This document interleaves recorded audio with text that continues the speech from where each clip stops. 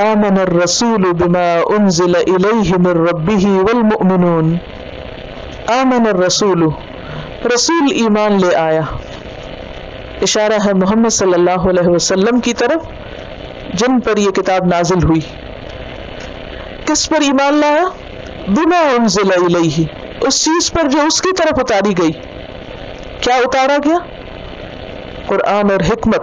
صرف قرآن میں یاد رکھیے، سورۃ النساء 113 میں آتا ہے وَأَنزَلَ اللَّهُ عَلَيْكَ الْكِتَابَ وَالْحِكْمَةَ، اور اللہ نے آپ پر کتاب اور حکمت اتاری. تو بما انزلہ کا مطلب کیا ہے؟ وہ سب کچھ جو اللہ نے آپ صلی اللہ علیہ وسلم پر اتارا. ایمان لانا کیوں ضروری ہے؟ اور اس پر ایمان لانا کیوں ضروری ہے جو اللہ کے رسول صلی اللہ علیہ وسلم پر اتاری گئی؟ قرآن اور سنت پر، کتاب و حکمت پر ایمان لانا کیوں ضروری ہے؟ کوئی بتائے گا آپ میں سے؟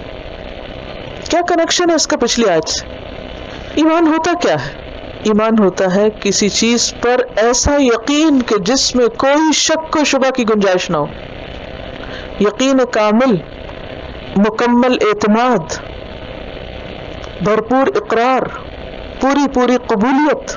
کیا ہے اس میں؟ اعتماد، یقین، اقرار اور قبولیت. یہ تینوں درجے ہیں. یہ مترادف الفاظ نہیں بول رہی میں. پہلا ہے اعتماد، یقین، مان جانا کسی چیز کو. کیسا ماننا؟ کوئی شک نہ رہے. یہ کہاں کا کام ہے؟ دل کا. دوسرا ہے اقرار، یہ کس کا کام ہے؟ زبان کا. اور تیسرا ہے قبول، عمل سے، عملی رویہ، قبول کر لینا کہ پھر اپنا عمل ویسا ہی کر لینا جیسا اس کتاب نے کہا. قبولیت. جس کو یہ فکر ہو جائے کہ میں امتحان میں ہوں اور میرے اعمال کا محاسبہ ہو رہا ہے، میرے اعمال کا حساب ہوگا، کیا پھر وہ چین سے بیٹھ سکتا ہے؟ وہ کیا چاہے گا؟ کچھ کرنا چاہے گا. چلیے کسی کے بارے میں چھوڑیے، اپنا سوچئے. آپ اپنے آپ کو تصور کیجئے کہ ایسی زمین پر جس کا مالک اللہ ہے، اور جس کے اوپر ایسی چھت ہے آسمان کی جس کا مالک اللہ ہے. یہ جسم اللہ کا ہے اور واپسی بھی اسی کی طرف ہے. اور جو کچھ میں کر رہی ہوں سب کچھ لکھا جا رہا ہے، ریکارڈ ہو رہا ہے. پھر یہ ایک دن سب کھلے گا، مجھے دکھایا جائے گا. پھر جزا و سزا کا دن ہوگا. وہ سارے کا سارا فیصلہ اللہ کے ہاتھ میں ہوگا. جسے چاہے گا معاف کرے گا، جسے چاہے گا سزا دے گا. تو بتائیے کیا کرنا چاہیں گے پھر آپ کہ اس زمین پر اپنا وقت کیسے گزاریں؟ کس کی مرضی کے مطابق؟ اللہ کی مرضی کے مطابق. اللہ کی مرضی کہاں سے معلوم ہوگی؟ قرآن و سنت سے. قرآن و سنت سے فائدہ اٹھانے کے لیے کیا ضروری ہے؟ سب سے پہلے ایمان، یقین. اسی لیے تو کیا فرمایا سورۃ البقرہ کے ابتدا میں ذالک الکتاب لا ریب فیہ. کس لیے آئی ہے یہ کتاب؟ جس میں کوئی شک نہیں. پورا اعتماد رکھو، یقین رکھو. ھدی للمتقین، ہدایت کے لیے آئی، راہ دکھانے کے لیے آئی. اور آج آپ کی سورۃ البقرہ مکمل ہو رہی ہے. گویا رہنمائی کا ایک باب مکمل ہوا. کس نے کتنی رہنمائی پائی، کتنی ہدایت پائی؟ اس کا انحصار اس یقین پر ہے، یقین کی اس کیفیت پر ہے، ایمان کی اس کیفیت پر ہے. جتنا زیادہ آپ کا اس پر اعتماد تھا کہ سب کچھ سچ ہے، اتنا ہی زیادہ آپ اس سے فائدہ اٹھا سکتے ہیں. جیسے آپ کسی ڈاکٹر کے پاس جائیں اور وہ آپ کو جو دوا دے اور آپ کے دل میں شک ہو کہ نہیں اس نے کچھ صحیح سمجھا نہیں ہے میرا کیس، اور پتہ نہیں یہ دوا ٹھیک بھی ہے یا نہیں، اور پتہ نہیں آرام آئے گا بھی یا نہیں، تو کیا ہوگا؟ شفا نہیں ہو سکتی، فائدہ نہیں ہوگا. بعض اوقات ایسے ٹیسٹ بھی کیے گئے ہیں کہ جس میں مریضوں کو دوا دینے کی بجائے صرف سادہ پانی دیا گیا ہے، لیکن یہ کہا گیا کہ یہی آپ کے فائدے کا ہے، اور صرف یقین کی قوت کے ساتھ وہ پانی بھی ان کے لیے شفا بن گیا. تو یقین کی قوت بہت بڑی قوت ہے، وہ معمولی قوت نہیں ہے. ہمارے حالات کی، دلوں کی، زبان کی، عمل کی درستگی کی بنیاد ایمان پر ہے، اللہ پر اعتماد پر ہے. جتنا زیادہ پکا یقین ہوگا اتنا زیادہ ہم اپنے آپ کو اس کے حوالے کر دیں گے اپنی خوشی کے ساتھ کہ یا رب چند دن کی تو بات ہے، مشکل بھی ہوگی تو بھی میں وہی کروں گا جو تو چاہتا ہے، جو تجھے پسند ہے. اس لیے بات ایمان پر آ گئی. آمن الرسول بما انزل الیہ من ربہ، ایمان لے آیا رسول اس چیز پر جو اس کی طرف اتاری گئی اس کے رب کی طرف سے. رب کون ہوتا ہے؟ خالق، مالک، مدبر، جس نے اس کو پیدا کیا. رسول خالق نہیں ہوتا، جو اس کا مالک ہے اور جو اس کو سب کچھ عطا کر رہا ہے، جو اس کا رازق ہے، جو اس کی طرف وحی بھیج رہا ہے. تو رسول اس پر ایمان لے آیا. اور صرف رسول نہیں، والمؤمنون، اور سارے مومن، سارے کے سارے مومن ایمان رکھتے ہیں. کیوں؟ اس لیے کہ کوئی شخص مومن کہلا ہی نہیں سکتا جب تک کہ وہ اس چیز کو نہ مانے جو رسول کی طرف بھیجی گئی ہے. اہل ایمان کی صف میں کوئی شامل ہی نہیں ہو سکتا جب تک کہ کوئی شخص اس بات پر پکا یقین نہ کر لے جس میں کوئی شک نہ ہو کہ جو کچھ اللہ نے اس کتاب میں بھیجا ہے وہ بالکل سچ ہے. میری سمجھ میں آتا ہے یا نہیں آتا، لیکن میں اس کو سچا مانتا ہوں، کیونکہ اس کی طرف سے جس نے یہ دنیا بنائی، جس نے مجھے بنایا، جس نے یہ سب کچھ بنایا. اگر اس کی بنائی ہوئی کائنات میں کوئی خلل نہیں تو اس کتاب میں خلل نہیں ہو سکتا. کلن، سارے کے سارے، سارے کے سارے کون؟ رسول اور باقی سب مومن. آمنا، ایمان لائے، باللہ، اللہ پر. سب اللہ پر ایمان رکھتے ہیں. اس کا کیا مطلب ہے؟ اللہ کی ذات پر ایمان رکھتے ہیں کہ اللہ کا ایک وجود ہے. اس کی صفات پر ایمان رکھتے ہیں کہ سارے اچھے اچھے نام اور کامل اچھی اچھی صفات اسی کی ہیں، وہ بہت خوبیوں کا مالک ہے. پھر اس کے الہ ہونے پر اور حقیقی الہ، ایک الہ ہونے پر ایمان رکھتے ہیں کہ بس معبود ایک ہی ہے. اور پھر اس کے رب ہونے پر کہ وہی ہمارا خالق، مالک اور رب ہے. یعنی ان چار چیزوں کو ماننا جو ہے وہ ایمان لانے کا تقاضا ہے. کون سی چار چیزیں؟ اللہ کی ذات کو ماننا، اللہ کی صفات کو ماننا، اس کو ایک معبود ماننا اور اسی کو رب ماننا. یہ بنیادی چیزیں ہیں. تو جب ہم یہ پڑھ رہے تھے نا، ساتھ ساتھ اپنا جائزہ لیتے جایا کریں کہ کیا ہم یہ سب مانتے ہیں؟ کیونکہ مومن تو ہے ہی وہ جو اللہ کو مانے اور اس طرح مانے. وہ ملائکتہ ہی، اور اس کے فرشتوں کو بھی مانتے ہیں، اس کے فرشتوں پر ایمان رکھتے ہیں. فرشتے غیبی مخلوق ہیں، نور سے بنے ہوئے ہیں.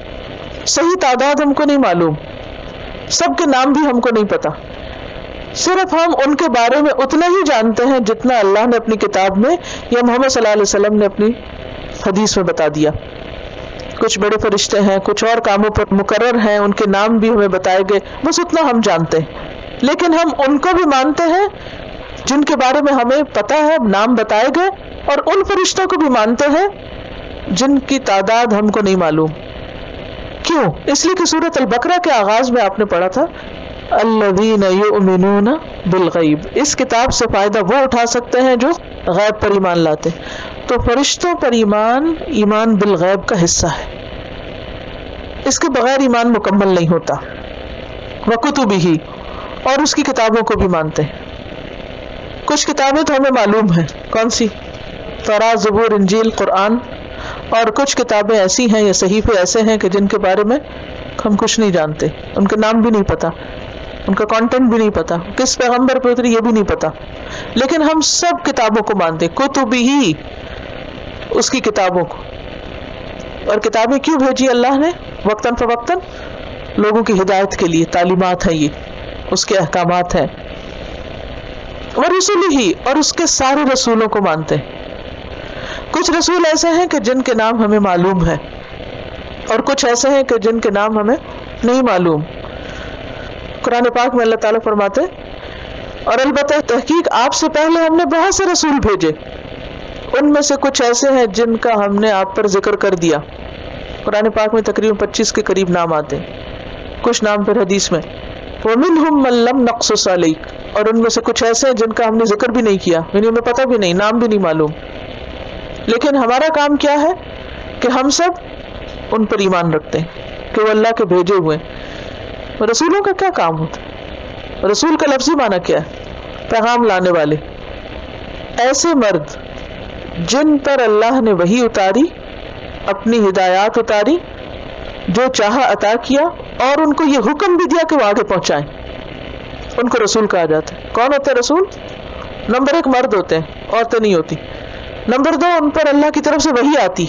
نمبر 3 ان کو یہ حکم ہوتا ہے کہ وہ اس وحی کو آگے پہنچائیں، کیونکہ قرآن پاک میں آتا ہے یا ایھا الرسول بلغ ما انزل الیک من ربک وان لم تفعل فما بلغت رسالتہ.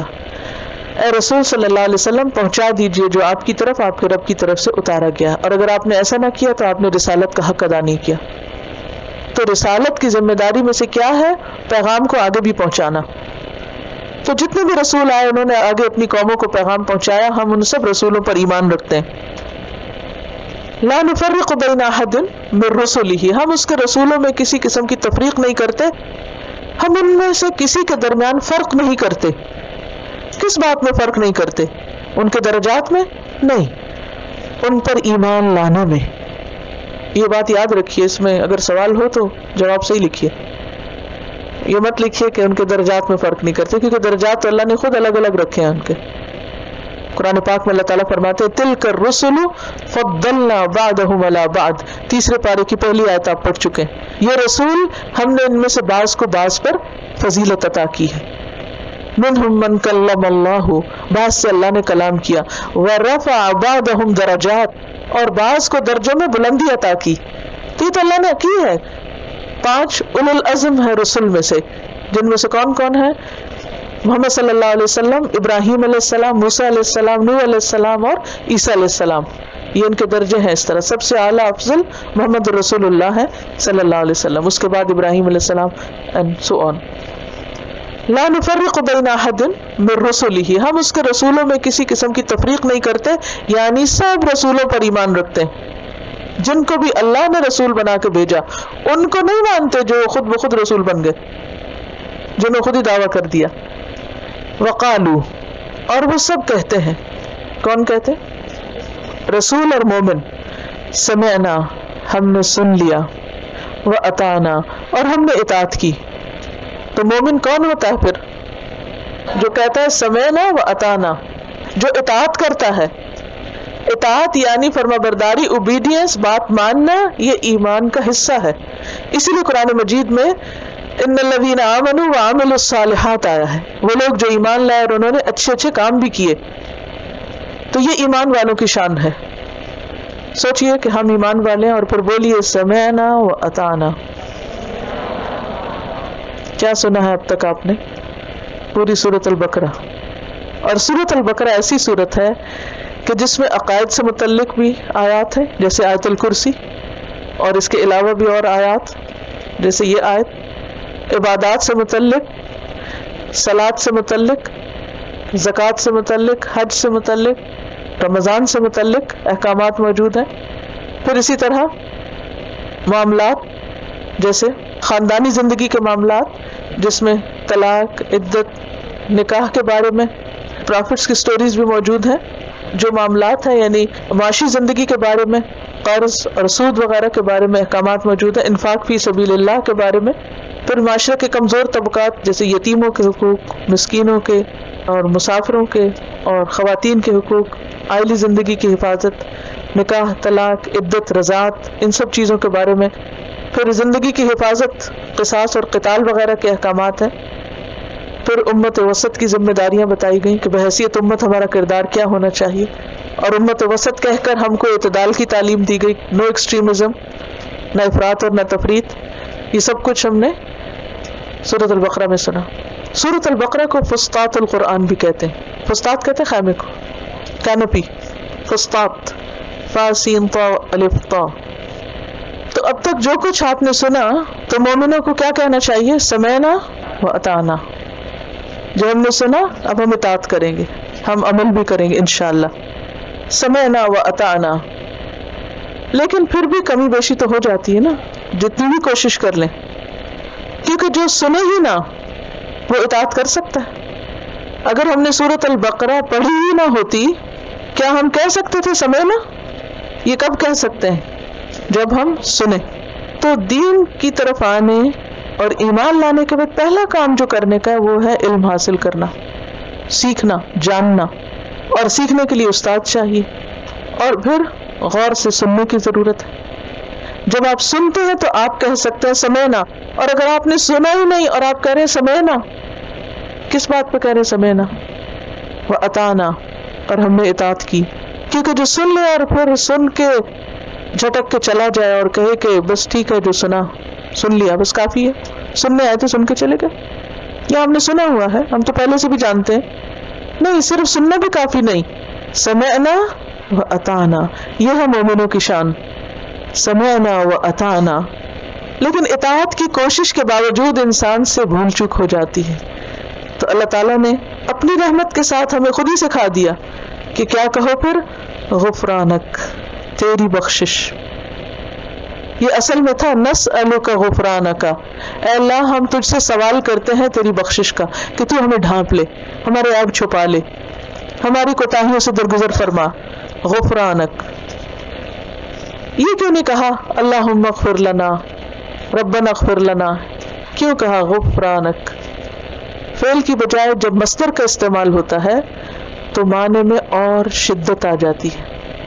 مثلا آپ کسی سے کہیں میرے لیے پانی لائیں، میں تم سے پانی کا سوال کرتی ہوں، اور دوسرا کہیں پانی پانی پانی، فرق ہے؟ کون سا زیادہ افیکٹو ہے؟ پانی پانی پانی. تو جملے کی جگہ جب لفظ کافی ہو تو زیادہ افیکٹو ہوتا ہے. لمبی باتوں کی نسبت مختصر کلام زیادہ افیکٹو ہوتا ہے. تو کیا سکھا دیا گیا؟ غفرانک، اور کتنا بھر کے منہ سے نکلتا ہے، غفرانک غفرانک غفرانک، تیری بخشش تیری بخشش. کیونکہ جو گناہوں کے بوجھ تلے دبا ہوتا ہے، جو جتنا بوجھل ہوتا ہے، جتنا شرمندہ ہوتا ہے، اتنے ہی کم لفظ بولتا ہے نا. جب آپ سنجیدہ ہوتے ہیں بخشش مانگنے میں تو پھر کیا ہوتا ہے؟ معاف کر دے، معافی چاہیے، یا اللہ تیری بخشش تیری بخشش، بس یہ اتنا ہے، تیری بخشش، اور باقی دل میں ہے ہمارے. جب انسان کے دل کے اندر ایک طوفان ہوتا ہے اور الفاظ ساتھ نہیں دیتے تو پھر انسان کیا کرتا ہے؟ ایک لفظ سے بھی اظہار کافی سمجھتا ہے، اور اللہ کے لیے ایک لفظ بھی کافی ہے.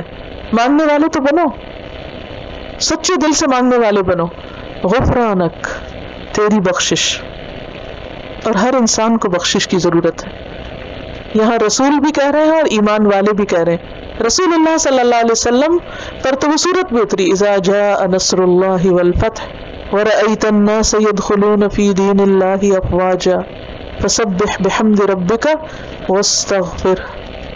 اور جب یہ صورت نازل ہوئی تو آپ کثرت سے استغفار کیا کرتے تھے، حالانکہ آپ معصوم تھے، آپ پر کوئی گناہ نہیں تھے، لیکن اس کے باوجود آپ استغفار کرتے. تو یہ نہیں سوچنا چاہیے تو میں نے تو کبھی گناہ کیا ہی نہیں، تو میں کس بات کی بخشش مانگوں، میری کیا غلطی ہے، میں کیوں معافی مانگوں. ہم انسانوں کے ساتھ یہی کرتے ہیں نا. اگر کبھی دو لوگوں کی ناراضگی ہو جائے تو ہم کہتے ہیں چلو سوری کر لو، تو جواب کیا ملتا ہے عموماً؟ اگر آپ کسی کو مشورہ دیں، میں کیوں سوری کروں، میں نے کیا کیا، میری تو کوئی غلطی نہیں، ساری غلطی تو اس کی ہے. تو یہ کیسا ایٹیٹیوڈ ہے؟ تکبر والا نا. تو جو استغفار ہے وہ تکبر کی نفی کرتا ہے کہ نہیں یا رب، ہم خطاؤں کا اعتراف کرتے ہیں، ہم غلطی مانتے ہیں، تو ہمیں بخش دے، تیری بخشش چاہیے، تو معاف کر دے. غفرانک، تیری معافی چاہیے. کیوں؟ اس لیے کہ قرآن مجید میں آتا ہے وَمَن يَغْفِرُ الذُّنُوبَ إِلَّا اللَّهُ، اللہ کے سوا کون ہے جو گناہ معاف کر سکتا ہو؟ کوئی کر ہی نہیں سکتا جب تک وہ معاف نہ کرے. غفرانک ربنا، اے ہمارے رب، اے ہمارے رب. اور اس میں اپنائیت ہے، اے وہ جس نے ہم کو پیدا کیا، اے وہ جو ہمیں کھلاتا ہے پلاتا ہے، جو ہماری ساری ضروریات کا خیال رکھتا ہے. ربنا وإلیک المصیر، تیری ہی طرف لوٹنا ہے، تیری طرف واپسی. آغاز میں بھی یہی بات ہوئی تھی نا، جہاں سے آئے وہیں جانا ہے، بھاگنے کی کوئی جگہ نہیں، ادھر ادھر نہیں کھسک سکتے، کہیں گم نہیں ہو سکتے. وہ یاد ہے بنی اسرائیل کے ایک شخص کو بڑا ڈر لگتا تھا اللہ سے، جب مرنے لگا تو اپنی اولاد کو بلایا اور کہا جب میں مر جاؤں نا تو میرے جسم کو جلا کے راکھ کے 3 حصے کرنا، ایک کو ہوا میں اڑا دینا، ایک کو پانی میں بہا دینا، اور ایک کو مٹی میں دبا دینا. تو اس طرح اللہ تعالیٰ مجھے جمع نہیں کر سکے، مجھے اکٹھا نہیں کر سکتے. جو ہی اس کے ساتھ یہ کیا، اس کی اولاد نے اللہ تعالیٰ نے ہوا کے فرشتوں کو حکم دیا ایک ایک ذرہ اکٹھا کر لو، پانی کے فرشتوں کو حکم دیا ایک ایک ذرہ نکال لو، زمین کے فرشتوں کو حکم دیا ایک ایک ذرہ نکال لو، اور وہ 1 سیکنڈ میں دوبارہ پورا تیار کر کے کھڑا کر دیا گیا. پوچھو کیوں ایسا؟ کہا تجھ سے ڈر لگتا تھا. کہا جا تجھے بخش دیا. جو ڈرنے والا ہے وہ بخش دیا جاتا ہے، اللہ اس پر اپنی رحمت کرتا ہے. اسی کا نام تقویٰ ہے. اور ڈرتا کون ہے؟ جسے اپنے گناہ نظر آتے ہوں، جسے اپنی غلطیاں نظر نہ آتی وہ نہیں ڈرتا. وہ کہتا میں نے کیا کیا؟ ڈن نتھنگ رانگ، مجھ میں تو کوئی غلطی ہے ہی نہیں. وہ تو صرف اپنی پاکیزگی کے دعوے کرتا رہتا ہے. ربنا والیک المصیر، اللہ تیری ہی طرف لوٹنا ہے. اور آپ کو یہ یاد رہے کہ یہ جو آخری 2 آیات ہیں آمن الرسول سے سورت کے اختتام تک، یہ بہت ہی بابرکت آیات ہیں. نبی صلی اللہ علیہ وسلم نے فرمایا جو شخص رات کو انہیں پڑھ لیتا ہے وہ اسے رات بھر کے لیے کافی ہو جاتی ہے. مسند احمد کی روایت میں آتا ہے اوتیت هذه الآیات من آخر سورة البقرة من کنز تحت العرش ولم یؤتہن نبی قبلی، کہ سورۃ البقرہ کی یہ آخری آیات مجھے عرش کے نیچے ایک خزانے سے ملی ہیں جو مجھ سے پہلے کسی نبی کو نہیں دی گئی. تو خوش قسمت ہے آپ جو محمد صلی اللہ علیہ وسلم کی امت ہے کہ آپ کو یہ آیات ملی. کوشش کریں کہ ان کو زبانی یاد کر لیں، اور اگر زبانی یاد ہو تو ہر رات ان کو پڑھنا نہ بھولیں. صحیح مسلم کی روایت میں آتا ہے فتحت لها ابواب السماء عند نزولها، ان کے اترنے کے وقت جب یہ نازل ہو رہی تھی تو آسمان کے دروازے کھول دیے گئے. ایسا ہوتا نا کہ جیسے کسی بڑے پیلس کے دروازے ہوتے ہیں تو ہر روز نہیں وہ کھلتے، کب کھولے جاتے ہیں؟ جب کسی VIP کو آنا ہو. اسی طرح یہ آیات اتنی اسپیشل ہیں کہ جب یہ اترنے لگی تو آسمان کے دروازے کھل گئے. اور بخاری کی روایت میں آتا ہے من قرأها فی لیلۃ کفتاہ، جو کسی رات کو انہیں پڑھتا ہے اس کے لیے کافی ہو جاتی ہیں. یہ کہنا تو بہت آسان ہے وَإِلَيْكَ الْمَصِيرُ، لیکن واپسی کا سفر اگر کسی قریبی رشتہ دار کا یاد ہو، آپ کے پیاروں میں سے کسی کی واپسی یعنی فوت ہونے کے بعد اللہ کے پاس جانے کا کوئی منظر یاد ہو، جدائی کا وقت، کسی عزیز کی موت کا وقت، رخصتی کا وقت. رخصتی تو آپ نے دیکھا ہوگا لڑکیوں کی شادی کے بعد بھی ہوتی ہے، حالانکہ خوشی کا وقت ہوتا ہے، لیکن رخصتی کا لفظ جدائی کا وقت چیز ہی ایسی ہے کہ جو انسان کو ہلا کے رکھ دیتا ہے. تو یہ جو اس دنیا میں ہم کتنے غافل ہیں، کتنے محو ہیں، کتنے منامک ہیں، بھولی ہوئی ہے نا واپسی، بھولا ہوا ہے واپس جانا. لیکن جانا تو ہے، پلٹنا تو ہے ایک دن. اور کس لیے پلٹنا ہے، کیسے پلٹنا ہے؟ اللہ تعالیٰ فرماتے یا ایھا الانسان انک کادح الی ربک کدحا فملاقیہ، اے انسان تو کشا کشا اپنے رب کی طرف چلتا چلا جا رہا ہے، پھر اس سے جا ملے گا. کہاں جا کے ٹھہرنا ہم سب کو؟ اللہ کے سامنے. قدم بقدم زندگی کا ایک دن آتا ہے، پھر جاتا ہے، پھر صبح ہوتی، پھر شام ہوتی، پھر ایک صبح ہوگی جس کی شام سے پہلے ہم، یا رات ہوگی اور صبح سے پہلے ہم جا چکے ہوں گے، یہاں سے اس جگہ کو چھوڑ چکے ہوں گے. پھر کچھ عرصہ قبر میں رہنا ہوگا، پھر وہاں سے اٹھا لیے جائیں گے، پھر حشر کے میدان کی طرف جائیں گے، پھر پل صراط پار کرنا ہوگا، اللہ کے حضور حاضر ہونا ہوگا. اللہ کے حضور جب ہم حاضر ہوں گے تو وہاں جا کر ٹھہرنا ہے. الیک المصیر. ہم سمجھتے قیامت کا دن کیا ہے؟ بس حشر کا میدان ہے اور پل صراط اور بس یہ چیزیں، لیکن حقیقت یہ ہے کہ ہم سب کو ایک جگہ جا کے ٹھہرنا، وہ ہے قرار کی جگہ. وہاں سے جو بچ کے نکلا، جس پہ اللہ نے رحمت کر دی، یغفر لمن یشاء ویعذب من یشاء، وہاں سے کامیابی کا پروانہ ملے گا، وہاں سے اصل سرٹیفکیٹ ملے گا. من زحزح عن النار وادخل الجنة فقد فاز، جو آگ سے بچا لیا گیا، جو جہنم میں گرنے سے بچا لیا گیا اور جنت میں داخل کر دیا گیا، جو امن سے پل صراط سے گزر گیا، وہی اصل میں کامیاب ہوا. دنیا کی کامیابی کوئی حیثیت نہیں رکھتی. کتنے بھی بڑے محلات ہوں ہمارے پاس، کتنے بھی بڑے بزنس ہوں، کتنی بھی شاندار گاڑیاں ہوں، کتنے بھی آرام دہ جگہ پر ہم رہتے ہوں، لیکن یہ سب چھوڑ جانا ہے اور واپسی اللہ کی طرف ہے. وَإِلَيْكَ الْمَصِيرُ وَإِلَيْكَ الْمَصِيرُ، اسی کی طرف پلٹنا ہے. إِنَّ إِلَيْنَا إِيَابَهُمْ ثُمَّ إِنَّ عَلَيْنَا حِسَابَهُمْ، ہماری ہی طرف لوٹنا ہے اور ہمارے ہی ذمہ حساب ہے. ہم سب کو سوچنا چاہیے کتنی تیاری ہے، کیا کچھ تیار کر کے رکھا ہے. دنیا کے کسی بھی سفر کے لیے کیسے کیسے تیاریاں کرتے ہیں، یہ نہ چھوٹ جائے، وہ نہ چھوٹ جائے، چھوٹی چھوٹی چیزوں کا خیال رکھتے ہیں. اور اگر چھوٹی سی چیز بھی رہ جائے، مثلاً ٹوتھ برش ہی گھر میں رہ جائے جاتے ہوئے، تو کیسی کوفت ہوتی کہ یہ کیوں نہیں رکھا تھا، کیسی اذیت ہوتی. تو کیا آخرت کے نامہ اعمال میں اگر فرائض میں سے کسی چیز کی کمی رہے گی تو کوئی تکلیف نہیں ہوگی، کوئی مشکل نہیں ہوگی. ایسے ہی بس پار ہو جائیں گے. جہاں دلوں کا حساب اور ریکارڈ چیک کیے جائیں گے وہاں ظاہری اعمال کی کوئی پوچھ نہیں. ہم نے کیسے سوچ لیا کہ اللہ غفور رحیم ہے لہذا عمل کی ضرورت نہیں, کچھ محنت اور کچھ کرنے کی ضرورت نہیں. یہ نفس کا دھوکہ ہے. اللہ غفور رحیم ہے, اس کے باوجود دنیا میں تکلیفیں آتی ہیں نا, بیماریاں آتی ہیں, مصیبتیں آتی ہیں, حالانکہ وہ غفور رحیم ہے. اسی طرح وہ غفور رحیم ہے اور آخرت میں جسے چاہے پکڑ لے. لہذا اپنی طرف سے کوشش اور تیاری کی ضرورت ہے. ہم محنت کرتے رہیں, پھر اللہ پر معاملہ چھوڑ دیں.